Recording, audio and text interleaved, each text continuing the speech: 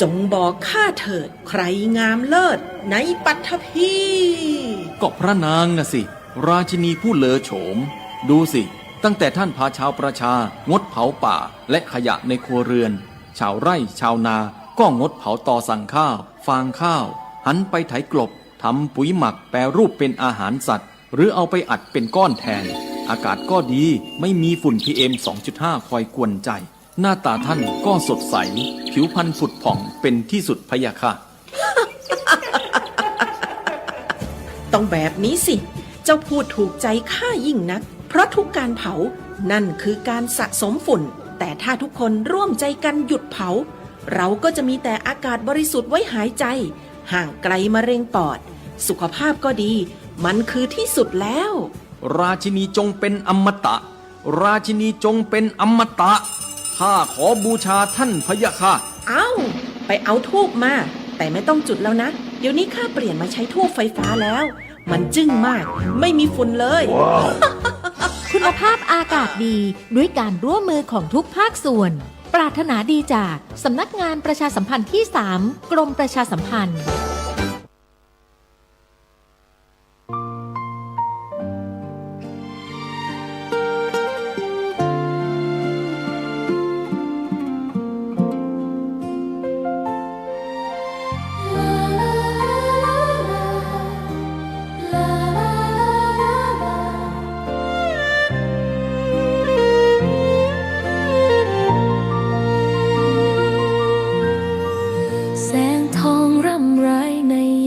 อุตสา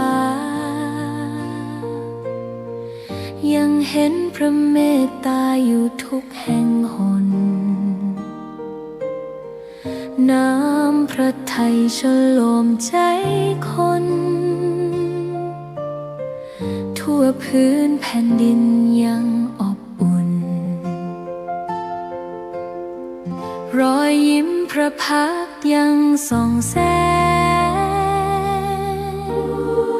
ในดวงใจไทยไม่ลืมเสียงสายลมแผ่วเบาเหมือนเอ่ยคำปลอบว่าพระองค์ยังอยู่ใกล้ขอกราบแทบบาทด้วยรักนิรันดร์น้ำตาหลั่งพลันจากใจคนไทยแม้เสด็จสู่ฟ้าไกลแต่พระหฤทัยอยู่ในแผ่นดินนี้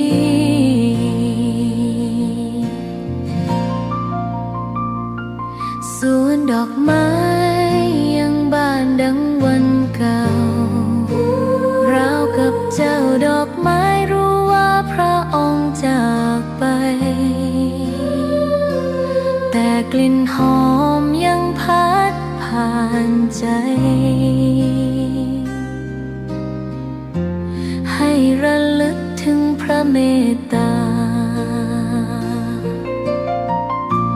แผ่นดินนี้ยังส่องสว่างด้วยพระคุณอันยิ่งใหญ่ขอเดินตามรอยเท้าแห่งพระแม่ไปด้วยศรัทธาไม่เสื่อมคลายขอกราบแทบบาทด้วยรักนิรันดร์น้ำตาหลั่งพลันจากใจคนไทยแม้เสด็จสู่ฟ้าไกลแต่พระหฤทัยอยู่ในแผ่นดินนี้ดวงใจไทยทุกดวงขอพักดีขอถวายรักนี้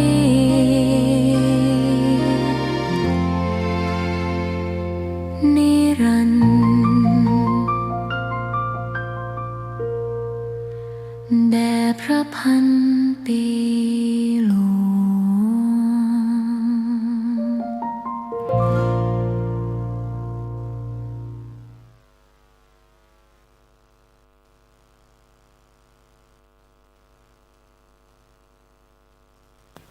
สวัสดีครับท่านผู้ฟังพบกับรายการเกษตรเพื่อชีวิตสำหรับวันนี้เสนอเรื่องคิดบัญชีตอนที่ 4ก่อนเข้าสู่รายการก็มีธรรมะมาฝากท่านผู้ฟังหัวข้อจากหนังสือพจนานุกรมพุทธศาสตร์ฉบับประมวลศัพท์เรียบเรียงโดยประเทศเวทีประยุทธ์โตมหาจุฬาลงกรณราชวิทยาลัยพิมพ์เผยแพร่ปี2533หัวข้อธรรมะวันนี้คือมารยาคำว่ามารยาเนี่ยแปลว่าการแซงทำเล่ห์เหลี่ยมการล่อลวงกริยาที่แสดงอาการให้เขาเห็นผิดจากที่เป็นจริงนะคืออันนี้เป็นมารยาทีนี้คำที่ใกล้กันเนี่ยก็คือมารยาทก็คือแปลว่ากริยาหรือกริยาวาจาที่ถือว่าเรียบร้อยนะทีนี้มันสำคัญอย่างไรเรื่องของมารยาเนี่ยนะมันโลกเนี่ยมันเหมือนกับว่ามันแซงทำมันแกล้งทำมันเล่ห์เหลี่ยมมันหลอกลวงมันเยอะแยะไปหมดเลยอันนี้เราก็ต้องรู้ท่านผู้ฟังว่าอันไหนเป็นอย่างไรอย่าปล่อยให้ความเขาเรียกความหลงความแรงต่างมาครอบงำก็ไม่รู้ไม่เท่าทันอันนี้มันมีการแทรกนะท่านผู้ฟังว่ามีการหลอกลวงเยอะแยะไปหมดเลยนะมันก็ต้องฝึกทีนี้มันมีคำที่ว่าต้องรู้นะท่านผู้ฟังไอ้มารยาเนี่ยมันเป็นคำนามของการแกล้งทำหรือเล่ห์เหลี่ยมทีนี้มันมีคำนามอีกตัวหนึ่งนะก็คือมายานะมายาก็เป็นคำนามนะมันคือมารยาทนั่นแหละใกล้เคียงกันนะทีนี้มันมีการที่ว่าคำแปลของมายาเนอะมารยาทก็การลวงการแกล้งทำหรือเล่ห์กลต่างๆนะไอ้คนที่ก็เรียกว่ามายากรคือคนเล่นกลคนแสดงกลนะอันนี้มันก็มีคำหนึ่งที่ตามมาคือมายาการอันนี้เป็นคำนามเพราะว่าความเชื่อถือการปฏิบัติที่มุ่งให้เกิดผลโดยการใช้พลังอำนาจหรือเหนือพลังอำนาจเหนือธรรมชาติก็มีนี่คือพวกมายาการนี่ที่บอกว่าเรื่องนี้มันเรื่องสำคัญตัวหนึ่งคือคนเราเนี่ยเขาบอกว่ามันมีคำหนึ่งนะที่บอกว่าโลกคือมายาข้าวปลาคือของจริงนะโลกเนี่ยมันโลกคือหมูสัตว์เนี่ยนะหรือพื้นแผ่นดิน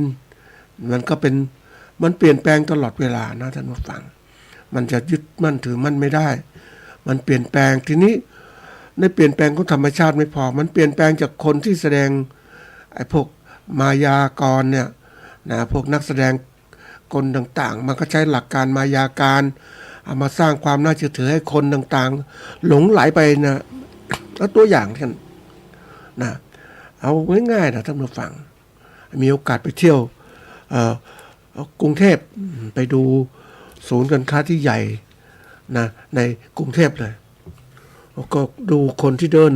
เที่ยวศูนย์การค้าใหญ่โอ้ยมันเป็นเรื่องของคนน่ะคนไทยคนต่างประเทศที่เขาเรียกมีเป็นคนที่ร่ำรวยนะมีเงินมีทองอันนี้มันก็เลยไปดูการแต่งเนื้อแต่งตัวนี่มันเหมือนก็ว่าคือถ้าแต่งธรรมดาก็พอว่าแต่แต่งมันเหมือนกับมันโดนมดแฟชั่นมาดึงดูดมาอะไรต่างมันหลอกลวงทำให้ให้หลงไปได้นะท่านผู้ฟังมันเหมือนกับมายาเนี่ยมายาที่มันเกิดขึ้นมันเป็นเรื่องที่ต้องคิดนะท่านผู้ฟังถ้าคิดไม่ทันเนี่ยมันก็หลงไหลไปนะมันมีบางอย่างเนี่ยอาหารอย่างนี้นะท่านผู้ฟังเราจัดอาหารธรรมดานี่แหละก็เปลี่ยนแปลงรสชาติหน่อยแล้วนะจัดหรูหราโอ้ราคาแพงทีเดียวก็บอกเนี่ยมันเป็นมายาที่นี่ถ้าหลงมายาคือมันสร้างมาอย่างเนี้ยการแกล้งทำการตกแต่งให้สวยงามมันหลงไปแล้วมันโอ้โหมันเสพแล้วมันติดเหมือนกันนะมันก็อยากมีหน้ามีตามีชื่อเสียงกินอาหารอร่อยอย่างเนี้ยนะ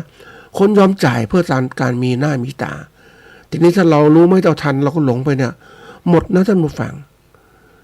คนที่หมุนเขาเรียกว่า หามาได้เยอะแยะในชีวิตของเราเนี่ยมันหมดไปกับโลกมายาเนี่ยจะกินจะใช้จะเสพติดต่างๆโอ้มันไปหมดเลยนะแล้วจิตใจของผู้ที่ถูกมายาก็ครอบงำเนี่ยมันมีแต่ความหลงนะหรือว่าความโกรธความชอบความรักต่างๆมันเยอะแยะไปหมดเลยเพราะนั้นจำเป็นอย่างยิ่งที่เราอยู่บนโลกเนี่ยจะต้องเข้าใจสิ่งต่างๆที่มันเกิดขึ้นมันหลอกลวงมันเสแสร้งมันเยอะไปหมดมันกว่าจะเป็นมารยาทที่แท้จริงมันหายากนะท่านผู้ฟังไปบางที่เนี่ยมันก็อย่างไปเขาเรียกสำนักนะสำนักต่างๆไม่ว่าสำนักทางพุทธศาสนาหรืออะไรต่างๆมันก็มีพวกมายาเหมือนกันเข้าไปแทรกตลอดเวลาเพราะนั้นจำเป็นอย่างยิ่งที่เราต้องรู้ว่าไอ้มารยาที่มันเกิดขึ้นเนี่ยมันแกล้งทำเนี่ยให้รู้ให้เท่าทันก็จะหยุดได้นะหยุดได้ก็จะเกิดประโยชน์ต่อตัวเราแต่เมื่อเราหยุดไม่ได้เราไหลไปตามโลกของมารยานะแต่ที่มันเขาเรียกว่ามันพาเราไปเพราะว่ามันปลุกเขาเรียกว่ามันปุ่มมันกระตุ้นกิเลสตัณหากิเลสคือความเขาเรียกจิตสิ่งที่ทำให้จิตเศร้าหมองตัณหาคือความทะยานอยากได้อยากมีอยากเป็นไม่อยากได้อยากมีอยากเป็นนะการมาตัณหานี่กับตัวร้ายนะท่านผู้ฟังมันทำให้เราหลงไปจริงๆนะเพราะถ้าคนที่จับจุดตรงนี้พวกที่เป็นเขาเรียกว่าไอ้พวกที่เป็นเขาเรียกมายากรในพวกเล่นกลเล่นต่างๆเนี่ยพวกที่ต้องการให้เราหลงไปเนี่ยเขาก็ทำตัวนี้สั่งนั้นแหละสร้างหลักมารยาการเกิดขึ้นทำให้คนหลงไปติดไปแล้วก็ได้ประโยชน์อย่างหลอกให้ลงทุนทำไงคนนี้มันมีความโลภก็หลอกให้ลงทุนอย่างเนี้ยหรือมันมีคนเราเนี่ยมันมีก็เรียกถ้าผู้พูดก็พูดให้ถูกหลักด้วยกลยุทธ์ในการพูดจาดีพูดจาเขาเรียกตะล่อมจิตของคนให้หลงไหลไปต่างๆเนี่ยอย่างคนเนี่ยนะเอาตัวอย่างเหมือนเราคือคนก็อยากมีหน้ามีตาใช่ไหมท่านผู้ฟังไม่ว่าเกษตรกรหรือผู้ประกอบการต่างๆก็อยากมีหน้ามีตาก็อย่างนั้นมีรถรุ่นใหม่นะอย่างคือพูดไปเนี่ยเอารถเก่ามาเปลี่ยนได้อะไรได้ทำให้คนบอกมีหน้ามีตาถ้ารถรุ่นใหม่มันดีทั้งที่สิ่งที่ควรที่ต้องระมัดระวังคือการจับจ่ายใช้สอยเนี่ยมันผ่อนมาต่างๆมันหลอกให้ต้องหล่นนะท่านผู้ฟังเสร็จแล้วทำให้เราติดกับความเป็นหนี้ที่เกิดขึ้นเพราะไอ้ความอยากทะยานอยากมีหน้ามีตามันก็เลยต่อมกิเลสตัณหามันไอ้ต่อมตัณหามันขยายตัวท่านผู้ฟังเพราะนั้นมันก็เลยทำให้คนหลงไหลไปแต่นี้คนเป็นหนี้เป็นสินไม่ว่าจะบ้านที่ดินเยอะแยะตะกุ่นความอยากความได้เรียกโลภโกรธหลงมันเกิดขึ้นนี่มันก็เป็นตัวสำคัญนะก็อยากให้ทุกคนได้รู้จักไอ้พวกของมายากรมันมีกลยุทธ์ในการสร้างมายาการทำให้เรานั้นมีความเชื่อมีการปฏิบัติไปตามของเขาที่เขาแสดงขึ้นมาอย่างไอ้พวกนักการเมืองบางคนก็เป็นนักการเมืองที่ทุจริตแต่มันก็สร้างหลักการมายาการก็คือว่าทำให้ท่านจะตัวเป็นซื่อสัตย์สุจริตฉันเป็นคนดีฉันเป็นคนเก่งเป็นไงบ้างเหมือนเลือกตั้งที่ผ่านมาเนี่ยนะเราได้คนดีก็มันบริหารประเทศไหมไอ้คนที่มันไม่ดีมันก็จ้างนู่นจ้างนี่ก็หลงไปเนี่ยคิดเป็นยังไงบ้างวันนี้เขาเอาไปเท่าไหร่แล้วสร้างความเดือดร้อนเท่าไหร่แล้วโดยอ้างสถานการณ์ของโลกเป็นงูอย่างนี้ขาดน้ำมันจะต้องปล่อยเพิ่มราคามันเกิดราคาขึ้นเพิ่มจากความเป็นจริงคนก็เลยเนี่ยไหมกว่าจะรู้ตัวก็เมื่อสายเสียแล้วเจ็บไหมเจ็บถูกหลอกไหมถูกหลอกก็ต้องจำเหล่านี้ไว้เจ็บแล้วแค้นอยู่ในใจใช่ไหมแต่ว่ามันทุกข์นะท่านคนแค้นเนี่ยแต่ต้องจำไว้ว่าต้องมีบันทึกเพราะนั้นวันนี้จะพูดถึงเรื่องของคิดบัญชีนะในแง่ตรงข้ามกับการคิดทั่วไปอันนี้มันคิดที่เป็นเรื่องของสร้างความทุกข์ให้เกิดขึ้นกับตัวเรานะนี้คำว่าตัวนิดนึงคำว่าคิดก็คือการทำให้ปรากฏขึ้นเป็นรูปหรือประกอบให้เป็นรูปหรือเป็นเรื่องขึ้นในใจหรือแปลว่าไข้ควรหรือไตรตรองนะคือการคิดบัญชีเนี่ยก็คือสมุดหรือกระดาษสำหรับจดรายการต่างๆไว้เป็นหลักฐานอันนี้สำคัญนะท่านผู้ฟัง ทุกอย่างหัดจดหัดเขียนเป็นกระดาษดีอย่างหนึ่งนะมันจะสามารถที่ว่าจดเขียนเสร็จเรียบร้อยแล้วก็อยู่ในกระดาษอยู่ในหลักฐานนั่นแหละแต่ทีนี้คนบางคนไม่อยากจดนะคนต้องจัดการกับความคิดตัวเองนะท่านผู้ฟังบางคนจดไว้ในใจจดไว้ในใจจำไว้ในจิตของตัวเองจิตคือผู้คิดผู้นึกคิดมันก็เลยกลายเป็นว่ามันมีหลายเรื่องท่านผู้ฟังแล้วพวกนี้มันขยายตัวไอ้การอยู่มันจดบันทึกในใจมันไม่มีเขาเรียกมันเกินจากหลักฐานมันคิดขยายตัวได้นะอย่างเรื่องทำว่าขยายตัวสมมติว่าเราถูกเขาหลอก1 บาทอย่างเงี้ยแต่มันขยายตัวอาจจะเป็น10 บาทก็ได้อะไรก็ได้มันความโกรธมันมีมากอ่ะนะมันแค้นเกิดขึ้นเพราะนั้นวันนี้ที่บอกว่ามันต้องจดทุกวิธีการที่จะคลายความทุกข์ความเครียดของเรานะจำไว้นะท่านผู้ฟังไม่ว่าเกษตรกรผู้ประกอบการเกษตรต้องหัดคิดไม่พอคิดเป็นแล้วก็หยุดคิดเป็นแล้วก็เขียนถ้าทำไม่ได้ก็เขียนลงคือเขียนเป็นเรื่องเป็นราวไว้ในกระดาษตอนแรกเรามีเขียนก็คือหลักฐานที่บัญชีของเราที่หัดทำนั่นแหละแต่บางครั้งเนี่ยมันอยู่ในจิตของเราอยู่ในนั้นมันทำให้คนคิดมากวิธีการคลายความคิดมากก็คืออะไรก็คือเขียนบันทึกหัดเขียนบันทึกตัวเองนะบันทึกเรื่องราวต่างๆเขียนไว้ก็คือเขียนแล้วมันระบายไปใช่ไหมมันระบายความอัดอั้นตันใจอยู่ในกระดาษมันจะทำให้เราไม่เก็บมาคิดในใจเก็บมาคิดในใจมันสับสนวุ่นวายมันเจ็บต้องคิดต้องแค้นอย่างเนี้ยหรือมันหลอกลวงอย่างเนี้ยนะมันต้องคิดอยู่ซ้ำซากในจิตของเราเนี่ยคิดมากๆมันก็โรคประสาทกินนะหรือความเครียดมากๆมันแก้ปัญหาไม่ได้ก็กลายเป็นโรคซึมเศร้าไปคือโรคของความไม่ได้ดั่งใจเรายกการให้เป็นอย่างนี้มันไม่ได้ดั่งใจนี้มันก็ซ้ำเติมตัวเองซ้ำเติมเจ้าของตัวเองมันก็ทุกข์ยากเพราะนั้นวันนี้ต้องหัดทำบัญชีหัดเขียนเรื่องเขียนราวให้มันระบายมาจบไปมันได้วางให้เป็นวันนี้จะมาพูดถึงเรื่องของการจัดการบัญชีในแง่ของการที่ว่าที่มันไปไหลไปตามกิเลสตัณหาพาไปโลภโกรธหลงมันพาไปเนี่ยเราต้องรู้แต่ละเรื่องนะวันนี้พูดของเรื่องของบัญชีแค้นนะ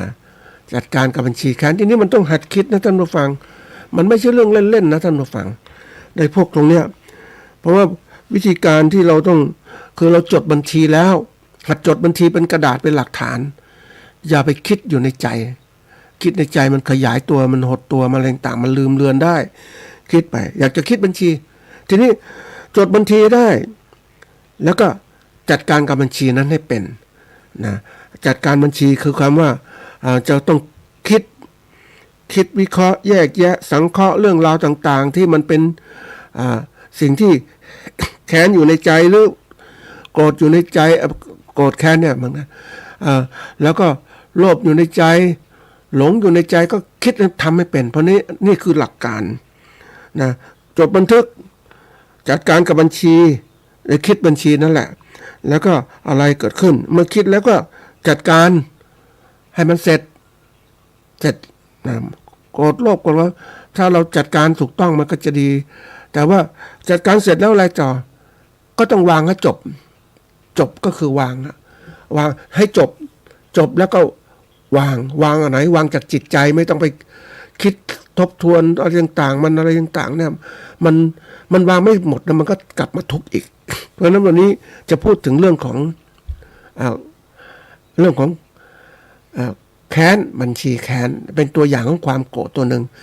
ท่านผู้ฟังเนี่ยต้องประยุกต์ให้เป็นนะอันนี้เป็นตัวหนึ่งของกิเลสที่ทำให้จิตเราเศร้าหมองโลภโกรธหลงนะไอ้โกรธเป็นตัวยกตัวอย่างมาเป็นสิ่งที่ต้องจัดการน้ำมันให้เป็นนะวันนี้จะพูดถึงการแก้แค้นคือเมื่อเรามีความโกรธแล้วเนี่ยนะโกรธเนี่ยมันก็ต้องมีการแก้แค้นการตอบโต้โกรธคืออารมณ์ทางใจนะที่มีผูกจิตผูกใจโกรธเขาเรียกปองร้ายอ่ะนะคือเขาทำอย่างนี้กับเราก็ต้องคิดบางคนระบายออกได้โจทย์โกรธนะจัดการมันเลยมันทำให้เราโกรธชกมันเลยนี่พวกที่ใจร้อนนี่พวกบางคนมันใจสงบหน่อยมันก็ใจเย็นมันก็ต้องคิดว่าเฮ้ยเดี๋ยวเขาเรียกโอกาสมันไม่ใช่มีวันนี้วันเดียวโอกาสหน้าก็ต้องแก้แค้นมาได้ ไอ้นี่เหมือนกับการผูกโกรธอีกผูกโกรธมันจิตใจนะมันเป็นความเขาเรียกว่าโกรธเนี่ยมันเป็นที่คนอื่นทำให้เราเจ็บปวดทางจิตใจทางคิดต่างๆเจ็บแค้นนะมันก็ต้องมาคิดถึงวิธีการต้องจัดการแก้แค้นอย่างไรทีนี้มาดูว่าการกระทำที่เกิดขึ้นหลังจากโกรธเนี่ยมันก็มีความการแก้แค้นความหมายการแก้แค้นคือความต้องการตอบโต้ หรือทำให้ผู้อื่นผู้ที่ทำร้ายเราเนี่ยได้รับผลนะรับผลบ้างเพราะว่าคุณมาแสดงด้วยกายวาจาและจะทำให้เกิดความเสียจิตใจเช่นการนินทาการกลั่นแกล้งทำให้เสียชื่อเสียงอย่างเนี้ยเดี๋ยวนี้คนมันหลงกับการมีหน้ามีตาเพราะนั้นใครที่ทำให้โกรธคนมีหน้ามีตาโกรธมันจะผูกจริงๆเลยนะท่านผู้ฟังคือแนวคิดของการแก้แค้นมันก็เป็นกับว่าการคลายแค้นทำให้หายโกรธโดยวิธีการมันโกรธมันมีวิธีการแก้แค้นหลายอย่างมากนะทีนี้มันต้องจัดการกับตัวความแก้แค้นคือทำให้คลายแค้นได้ก่อนคลายโกรธได้ก่อนถ้าโกรธอยู่ต่อหน้ามันมีสติมันไม่มีสติยั้งคิดเนี่ยมันจัดการแล้วมันผิดวิธีอาจจะลุมร้ายลุมเขาเรียกลุมการก็ทำให้เกิดผลเสียหายมากเคยมีโอกาสเข้าไปคุยกับนักโทษในคุกนะก็มีโอกาสดีเข้าไปท่านผู้ฟังไม่ใช่ติดคุกนะเข้าไปทำกิจกรรมเพื่อช่วยนักโทษนะก็ไปเจอนักโทษสัมภาษณ์คนหนึ่งไอ้ตัวเขาเล็กๆนะท่านผู้ฟังนะเลยถามว่าทำไมคุณต้องมาติดอย่างนี้ก็ด้วยความโกรธ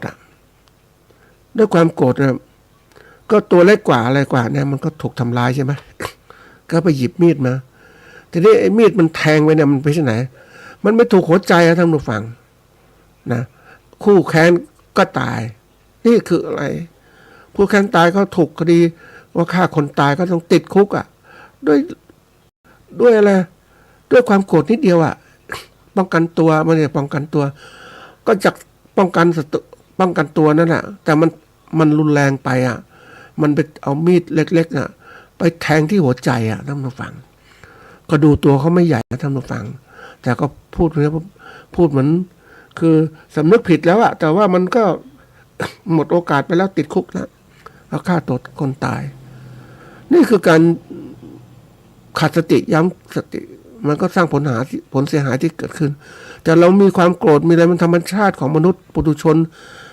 คนดิบมันก็มีสัญชาตญาณแบบนี้โลภโกรธหลงมันเกิดขึ้นตลอดเวลาเราต้องรู้เท่าทันนี่คนส่วนใหญ่ไม่รู้เท่าทันเพราะไม่เคยฝึกสติ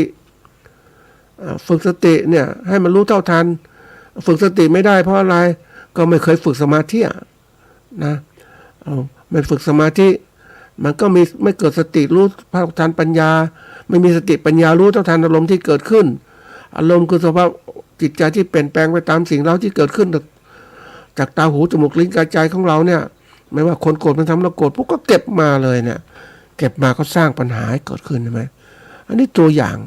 เพราะฉะนั้นคนรุ่นใหม่ๆเนี่ยไม่รู้จักตรงนี้แล้วไม่สนใจไปเจอคนนะท่านผู้ฟังอันนี้ก็เล่าเป็นข้อคิดนะมันเป็นผู้หลักผู้ใหญ่อายุก็มากกันยังไม่คือเขาเรียกไม่มีสติไม่มีสมาธิเอาอย่างนั้นอะไรต่างๆก็พาไปหมดมันไม่คือเขาบอกว่าทำสมาธิไม่ได้มันไม่สงบไอ้ไม่สงบก็ต้องทำให้สงบสิมันทำไม่ได้นะมันทำไม่ได้มันจะทำไงให้สงบมันไม่ได้มันปล่อยคือความคิดของเรามันฟุ้งไปเรื่องราวต่างๆอารมณ์ต่างๆเยอะแยะมันทำให้ลมเป็นหนึ่ง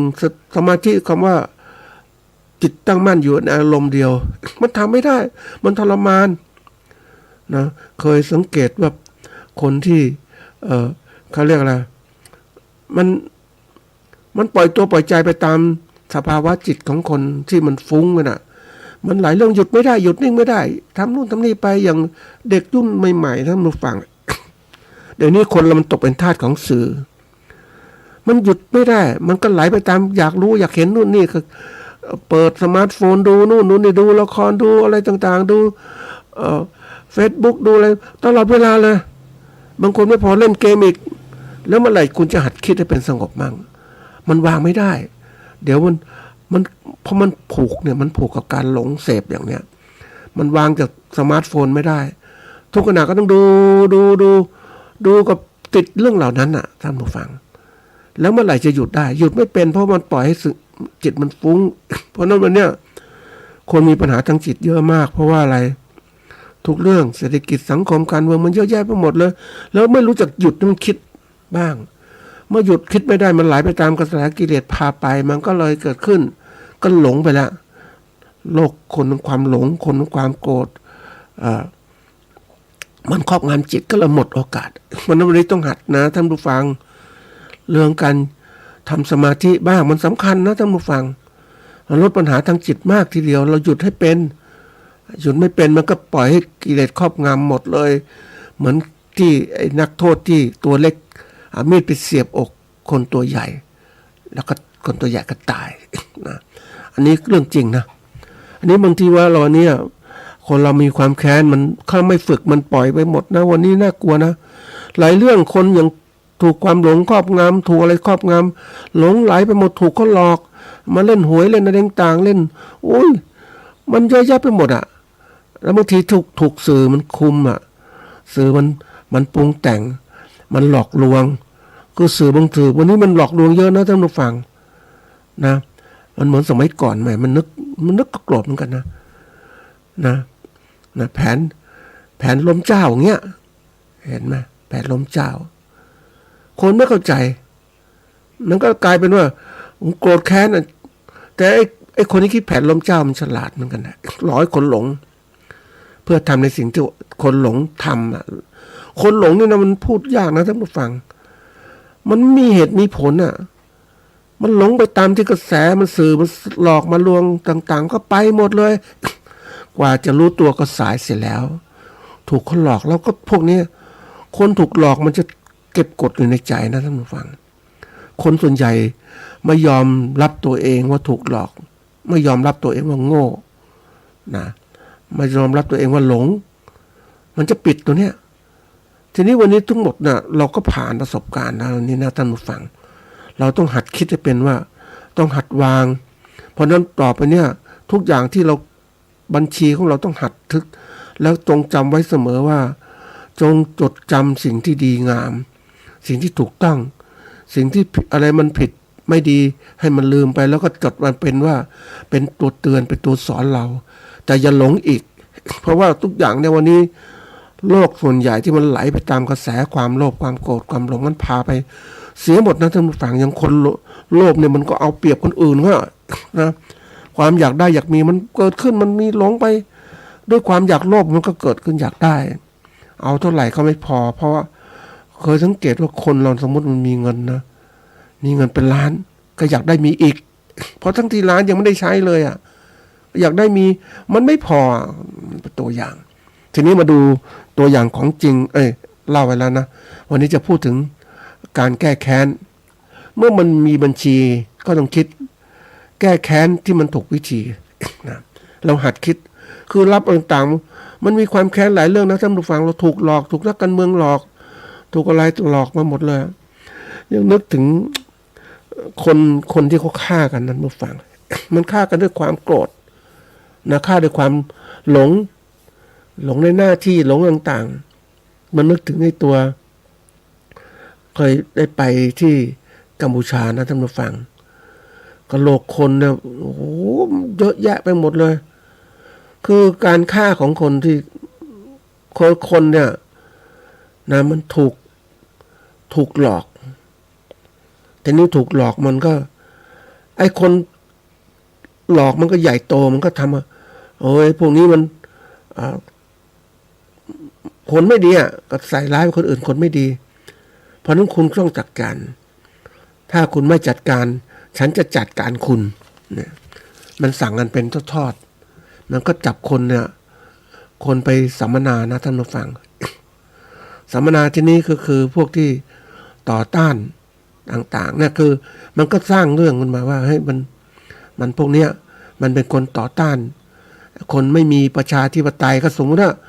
มันก็ใส่ร้ายคนนู้นทั้งที่ก็มีประชาจะเผด็จการมันสั่ง ไอ้ทำร้ายคนที่ต่อต้านอย่างสมัย14ตุลานะคนมีความคิดอย่างนี้ไม่ได้ ต้องมีลัทธิคอมมิวนิสต์ไม่ได้ต้องมีลัทธิประชาธิปไตยต้องจำอย่างนี้นี่มันก็ต่อต้านในคนฆ่าก็ฆ่าไปคืออย่างนี้มันเกิดขึ้นเพราะที่กัมพูชามันเหมือนกับจัดการคนนะเอาคนเนี่ยที่ต่อต้านดูยินโน้มคนที่อยู่ในกลุ่มที่ต่อต้านต่างๆก็จับไปสัมมนา ทีนี้สัมมนาเขาเนี่ยก็คือเอาจับไปฆ่าท่านผู้ฟังฆ่ากันเยอะมากแล้วมันก็ฝังไม่จบมันกระดูกก็โผล่มาเยอะแยะหัวกะโหลกนี่มันยังเป็นโครงกระดูกอยู่นะโอ้มันเยอะจริงๆท่านผู้ฟังบอกมันเนี่ยคือความโกรธที่มันขาดสติขาดปัญญาไอ้คนทำก็ด้วยความโหหน้าใหญ่มันเหมือนกับว่าทำเพื่อตัวเองก็หลอกคนลูกน้องต่างๆหรือนายทหารต่างๆเอาไปฆ่าคนฆ่าชาวบ้านอย่างเนี้ยเพราะนั้นวันเนี้ยตัวนี้ต้องหัดคิดนะท่านผู้ฟังผู้มีหน้าที่ต่างๆมีอำนาจในมือแต่ว่าขาดสติปัญญามันต้องรู้ว่าถูกเขาหลอกอย่างไรไม่ใช่เป็นเครื่องมือให้เขาเนี่ยให้คนมีอำนาจสั่งการไปจัดการกับคนที่มีเขาเรียกคนที่ไม่ตรงกับคนสั่งไม่ตรงความต้องการคนสั่งเพราะนั้นวันนี้ผู้ที่จัดการต้องหัดคิดเขาบอกกรรมเป็นของคนทำนะมันก็กรรมทั้งหมดที่สั่งไปก็เหมือนกันเพราะนั้นพวกนี้เราต้องรู้จักว่าสติปัญญาให้รู้เท่าทันเพราะนั้นจัดการกับความต่างๆเกิดขึ้นให้เป็นนี่เรื่องการแก้แค้นเนี่ยนะมันก็เกิดขึ้นเดี๋ยวนี้สังคมไทยมันก็เจ็บนะคนก็มีความรู้สึกแค้นนะอย่างกรณีที่พวกของได้มีพวก14ตุลาคนรุ่นนั้นเก่าๆนะได้มีโอกาสพูดคุยกับเขาทำไมคุณต้องเป็นอย่างนี้คุณทำไมคือช่วงนั้นเผด็จการมันจัดการใช่ไหมมันก็ฆ่าพรรคพวกไปอะไรไปนะฆ่าไปมันก็ความรักของเพื่อนมันก็มีต่อเพื่อนนะท่านผู้ฟังเพื่อนถูกฆ่ามันก็โกรธเลยมันหาทางแก้แค้นก็เข้าไปอยู่ในป่าอย่างเนี้ยหาทางแก้แค้นทีนี้มันเนี่ยคือการที่มันปล่อยอะไรปล่อยจิตปล่อยใจตัวตนไปตกอยู่ในความแก้แค้นมันก็ขาดสติบ้างมันไม่มีสติมันหลงด้วยความโกรธนั่นเองนี่ในมุมมองของความสำคัญของการแก้แค้นน่ะในมุมมองจิตวิทยาก็บอกว่าความต้องการแก้แค้นเกิดจากความรู้สึกที่ไม่เป็นธรรมถูกรู้หมิ่นถูกละเมิดล่วงละเมิดซึ่งเป็นแรงขับให้คนพยายามเรียกคืนอำนาจหรือความยุติธรรมให้กับตัวเองเนี่ยตัวเองหรือพรรคพวกต่างๆคนเราไม่มีพวกพ้องเนี่ยเป็นนี้พวกพ้องถูกทำลายต่างๆเมื่อโกรธแค้นด้วยตอนนี้ก็เกิดการที่เรียกว่าฝังแค้นเกิดขึ้นทีนี้หากจัดการดีเนี่ยนะทำให้จิตใจสงบปลดปล่อยความเครียดต่างๆนะออกไปมันก็จะมีสติปัญญาก็เกิดขึ้นคุมได้เป็นแต่ถ้าหากเนี่ยส่งผลให้เกิดการทะเลาะวิวาทหรือรุนแรงคือมันยับยั้งไม่ได้มันก็ต้องระบายออกทันทีก็อาจทำให้ชีวิตและความสัมพันธ์เสียหายรุนแรงอันนี้ความสำคัญแก้แค้นมันเกิดขึ้นเพราะฉะนั้นการแก้แค้นต้องมีอะไรมีสติปัญญาจะแก้แค้นอย่างไรหัดคิดให้เป็นอย่างบางทีเราก็คิดเหมือนกันผู้มีอำนาจทำไมมันไม่มีความยุติธรรมวะเนี่ยนะมันควรจะเป็นอย่างนี้แต่ทำไมไม่เป็นนะเพราะว่ามันภูมิอำนาจมันสั่งมันคุมหมดทุกอย่างในสมัยเผด็จการท่านผู้ฟังในยุคนั้นเนี่ยผู้ที่มีอำนาจก็เหมือนกับว่าปล่อยตัวปล่อยใจไปตามกระแสกิเลสตัณหาพาไปความโลภความโกรธความหลงมันคุมไปหมดมันก็จัดการคนด้วยความไม่ยุติธรรมเนี่ยฆ่าคนอะไรก็ได้นี่หลักการของการเกิดหลักการเกิดความต้องการแก้แค้นมาดูหลักการก็คือว่าความแก้แค้นมันเกิดจากอารมณ์โกรธความเจ็บปวดด้วยความรู้สึกดูหมิ่นต่างๆน่ะมันทำให้เกิดคนที่ถูกกระทำแบบนี้ก็เกิดความรู้สึกว่าต้องหาทางตอบโต้ที่ทำให้ฝ่ายหนึ่งเจ็บบ้างนะอย่างเนี้ยไอ้ความรู้สึกเหล่านี้มันเกิดขึ้นมันคิดนะคนเรามันคิดนะมันคิดเหมือนกันมันก็ต้องการที่ว่าจะต้องล้างแค้นให้รู้เหมือนกับว่าซ่อมอารมณ์ตัวเองอารมณ์ตัวเองถูกทำร้ายเนี่ยอารมณ์กับความรู้สึกทางจิตใจที่เปลี่ยนแปลงไปตามสิ่งเร้าถูกเขาดูแค้นถูกเขาทำอะไรต่างๆทำร้ายต่างๆมันก็เกิดความรู้สึกสิมันฝังในใจตัวเองนั่นแหละคิดจะหาทางแก้แค้น อันนี้วิธีการเรามาดูว่าการจัดการแก้แค้นมันจะทำอย่างไรถ้าปล่อยไปตามอารมณ์เนี่ยมันสมมุติเขาต่อยมาปุ๊บเราก็ต่อยไปเขาทำร้ายร่างกายเราก็ทำร้ายเขาไปมนุษย์มันเป็นอย่างนั้นโดยเฉพาะที่อย่างยิ่งนะอย่างนึกสงครามล้างเผ่าพันธุ์นะท่านผู้ฟัง ได้ไปอ่านแล้วนั่งโหมันคือคนมันกดตกอยู่ภายใต้อะไรรู้ไหม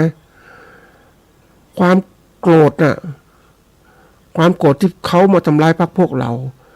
เมื่อเรามีโอกาสก็ต้องทำร้ายเขาบ้างคืนมันก็เป็นเผ่าที่มนุษย์เนี่ยมันเป็นสัตว์สังคมมันต่อไอ้เผ่าตุตซี่กับฮูตูเนี่ยมันฆ่ากันอย่างเงี้ยเพราะฉะนั้นใครมีอำนาจก็ใส่ไปหมดเลยคือเคยเห็นไหมว่าเวลาคนเรามันก็เป็นสัตว์นะมันมีสติปัญญาแต่มันสัญชาตญาณสัตว์มันก็จะมีความรักพวกรักพ้องพวกพ้องถูกทำร้ายถูกผิดไม่รู้ล่ะฉันโกรธฉันก็ใส่ไปเลยนะมันขาดสตินะท่านผู้ฟังก็ฆ่ากันหมดไปเท่าไหร่เป็นล้านๆอย่างเนี้ยวันนี้มนุษย์เราเนี่ยเพราะยิ่งสังคมไทยที่มันอยู่ดีดูอะไรต่างเพราะว่าเรามีหลักพุทธศาสนาอยู่แต่ถ้าคนไม่มีนะท่านผู้ฟังน่ากลัวมากพวกที่เข้าสู่สงครามต่างๆมันเป็นอย่างนี้มันคุณคือศัตรูคุณคือผู้ที่ฉันต้องกำจัดไอ้ฝ่ายศัตรูก็บอกคุณก็คือศัตรูคุณที่จะต้องเป็นถูกกำจัดจากฉันมันก็เกิดการต่อสู้นั่นแหละนะนี่เราเองมานั่งคิดอย่างสติปัญญาก่อนนะที่ว่าการแก้แค้นที่ให้ถูกวิธีนะมันหยุดชะงักก่อนให้เป็นนะคือเราเน้นของสุขภาพจิตและชีวิตที่ดีขึ้นไม่ใช่ปล่อยให้ความแค้นกบครอบงำเรา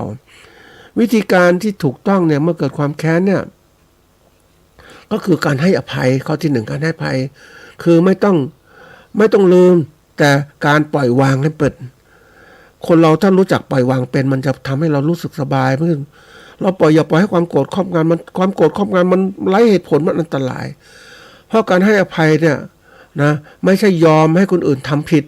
แต่เป็นการปลดปล่อยตัวเองให้รู้สึกว่าออกให้ไม่ต้องทุกข์ไปกับความแก้แค้นที่มันเกิดขึ้นเหมือนมันก็โกรธเหมือนกันนะท่านผู้ฟังอย่างเราถูก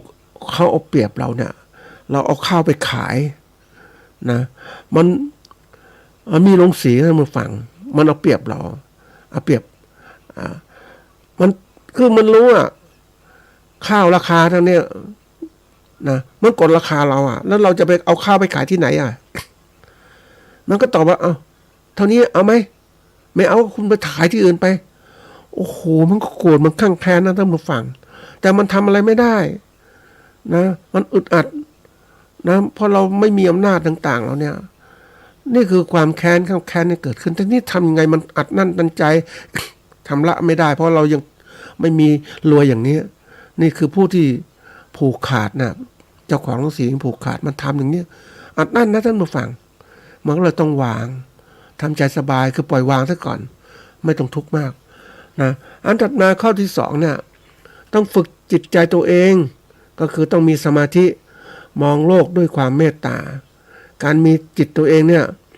นะจิตคือผู้คิดผู้นึกอย่าปล่อยให้ความโกรธมันครอบงำจิตมาปรุงแต่งจิตทำให้โกรธมากขึ้นนี่จะหยุดยั้งความโกรธอย่างไรต้องมีสมาธิ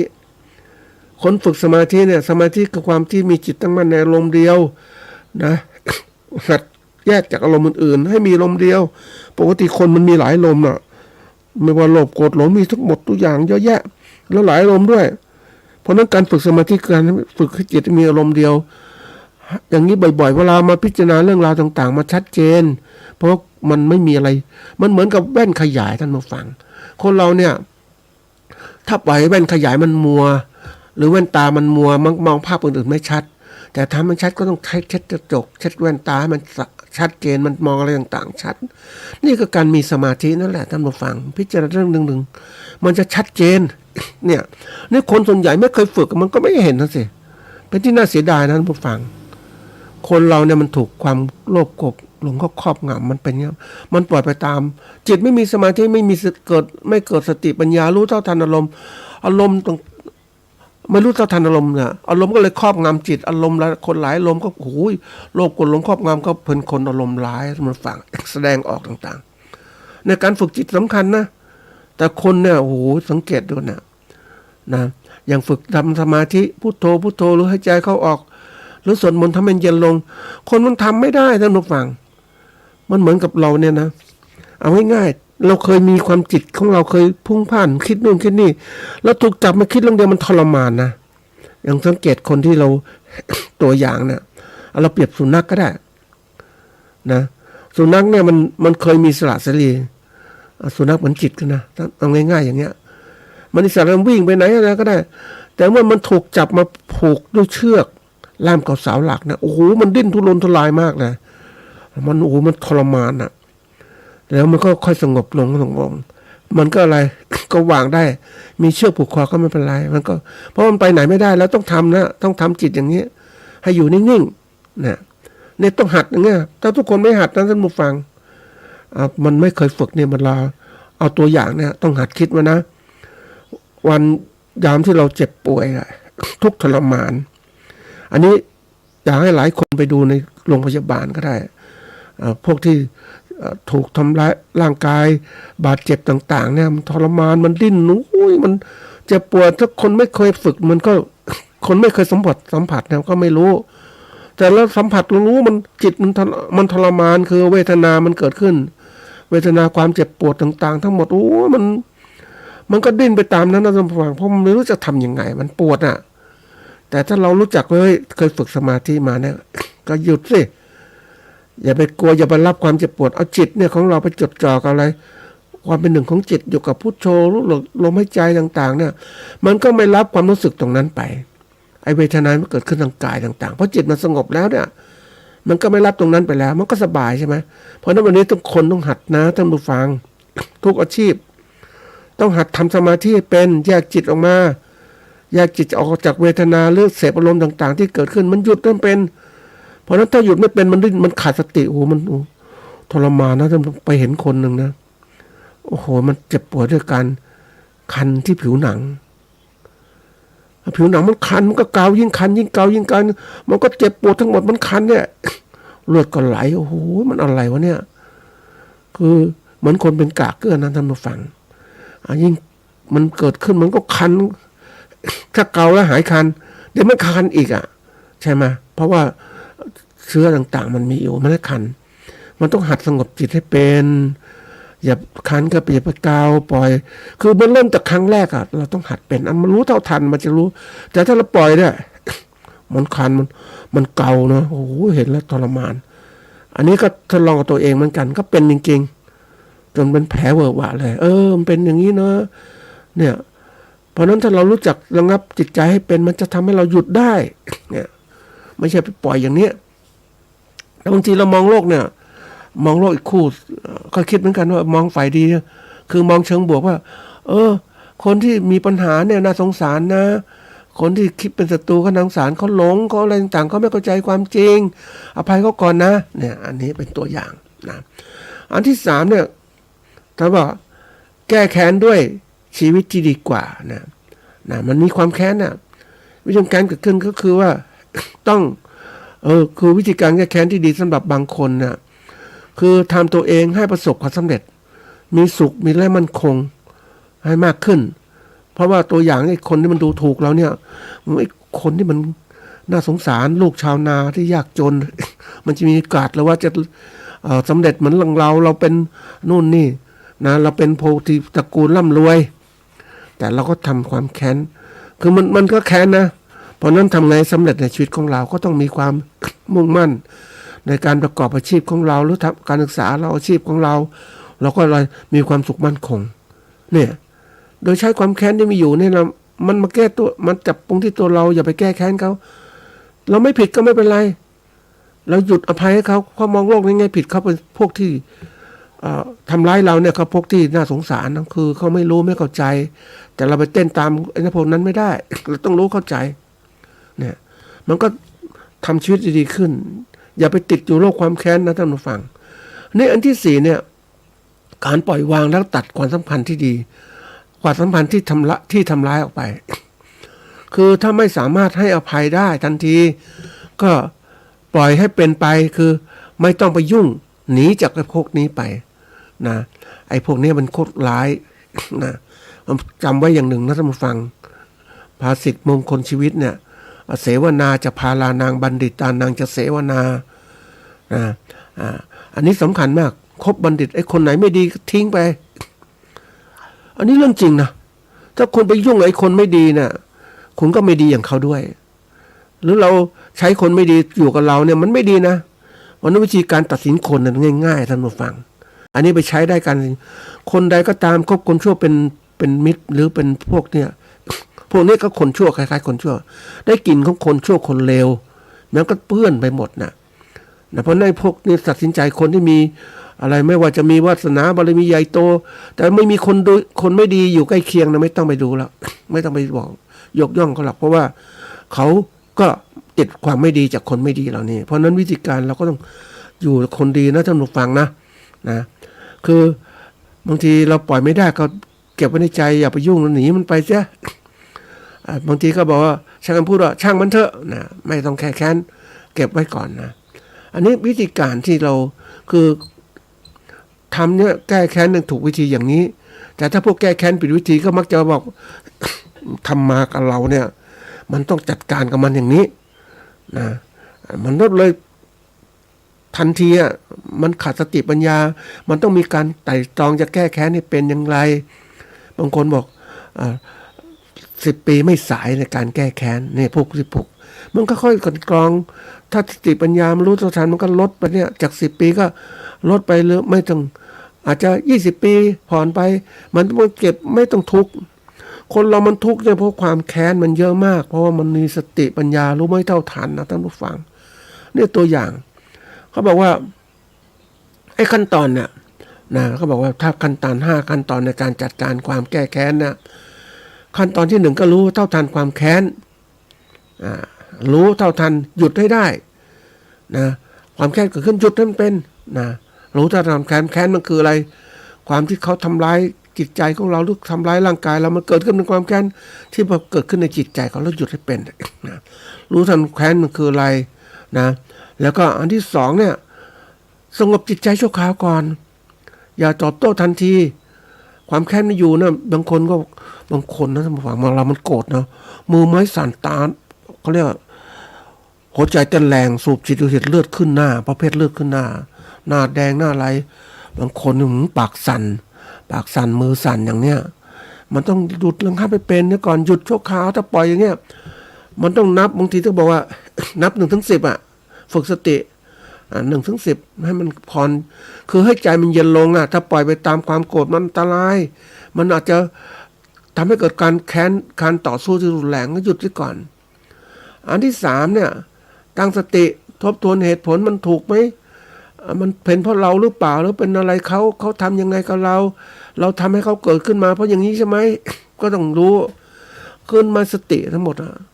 มันต้องรู้มีสติรู้เท่าทันอารมณ์ต่างๆมันเหตุมีผลที่เกิดขึ้น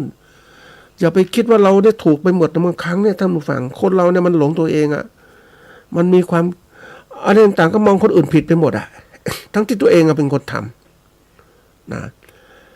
เราไปทำกับเขามาก่อนอาจจะทำเล็กๆน้อยๆเราไม่รู้ทีนี้ไอ้คนที่เราไปทำเขามันเกิดความแค้นมันขยายตัว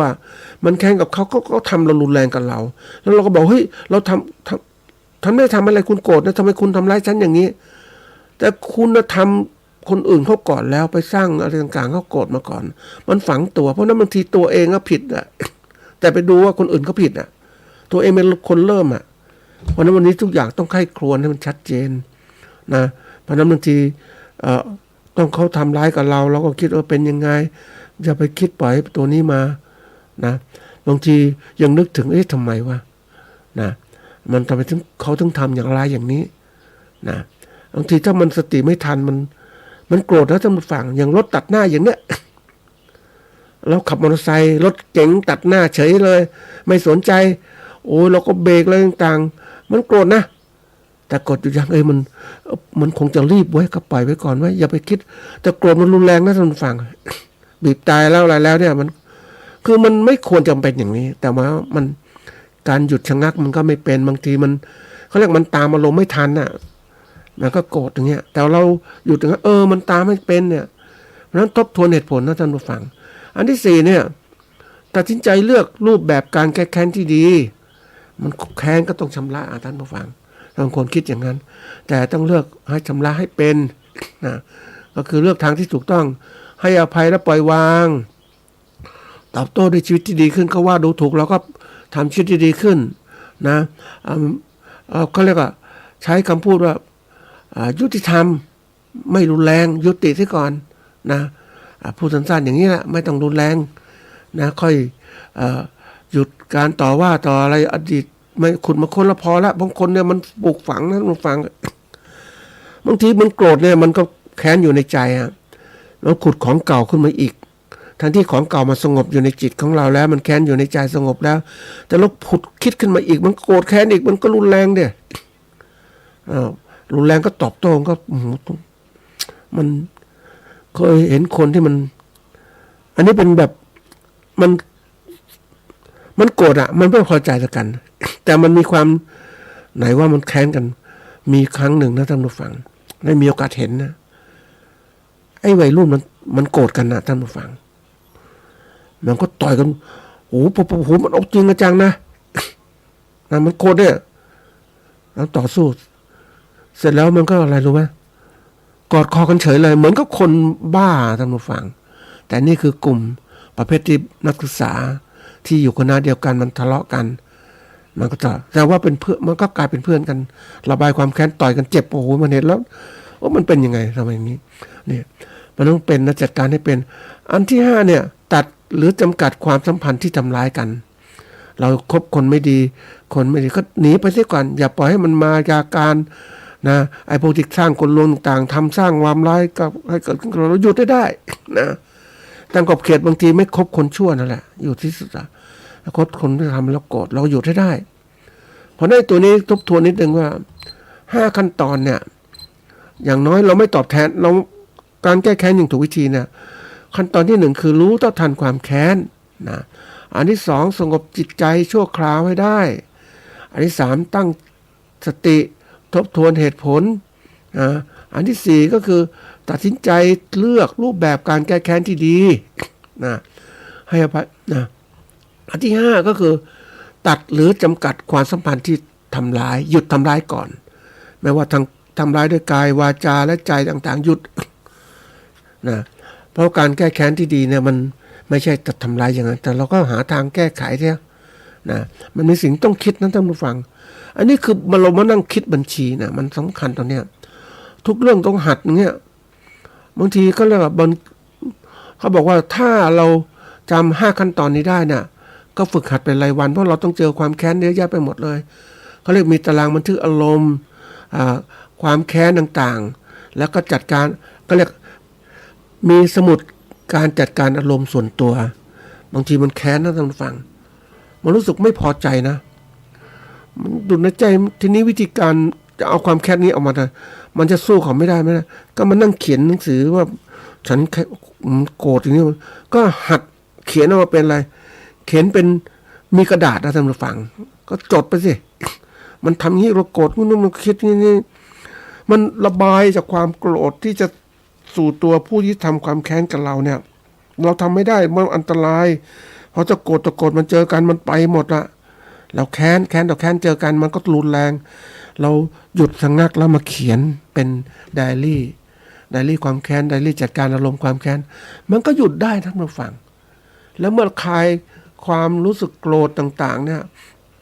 มันก็ชะงักมันก็จะเริ่มมีเหตุมีผลที่เกิดขึ้นมันเป็นเรื่องที่สำคัญนะท่านผู้ฟัง